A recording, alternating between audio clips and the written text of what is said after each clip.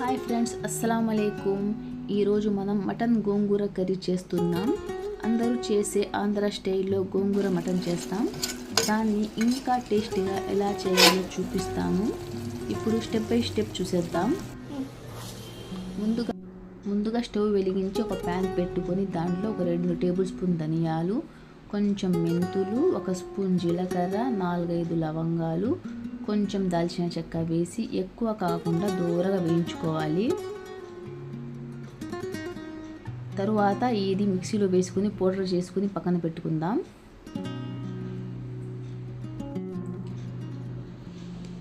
తరువాత ఒక కుక్కర్ తీసుకొని దాంట్లో 4-5 టేబుల్ స్పూన్ నూనె వేసుకోవాలి.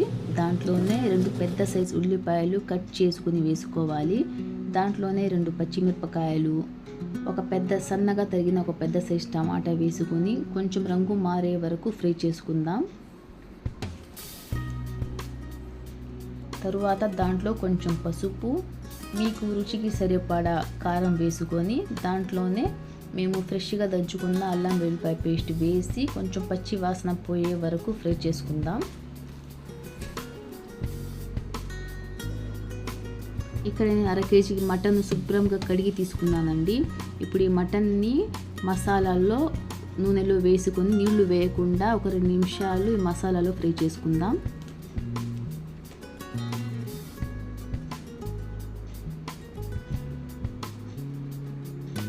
తరువాత దాంట్లోనే 1 గ్లాస్ మంచినీళ్ళు, మీకు రుచికి సరిపడా ఉప్పు వేసుకొని మూత పెట్టుకొని 4-5 విజిల్స్ వచ్చే వరకు వెయిట్ చేయాలి.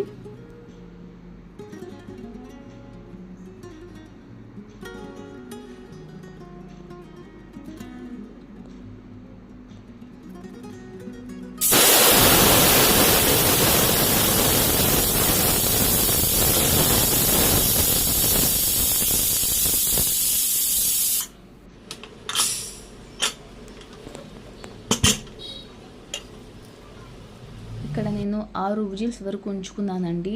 నాకు మటన్ బాగా ఉడికిపోయింది. కొంచెం ముదురు మటన్ అయితే ఒక 2 విజిల్స్ వరకు ఉంచుకోవాలి.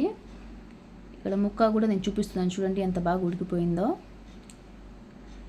తరువాత దాంట్లోనే నేను 1/2 కేజీ మటన్కి 2 కట్టలు గోంగూర తీసుకున్నాను. ఆ మటన్ కూరలో ఈ గోంగూర వేసుకొని బాగా కలుపుకోవాలి.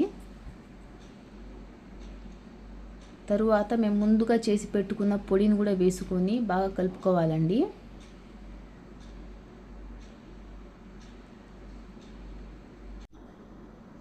మటన్ గోంగూర అనేది కొంచెం దగ్గరగానే ఉంటుందండి. మీరు కొంచెం పలుసగా చేసుకోవాలనుకుంటే కొంచెం నీళ్లు కలుపుకోవచ్చు.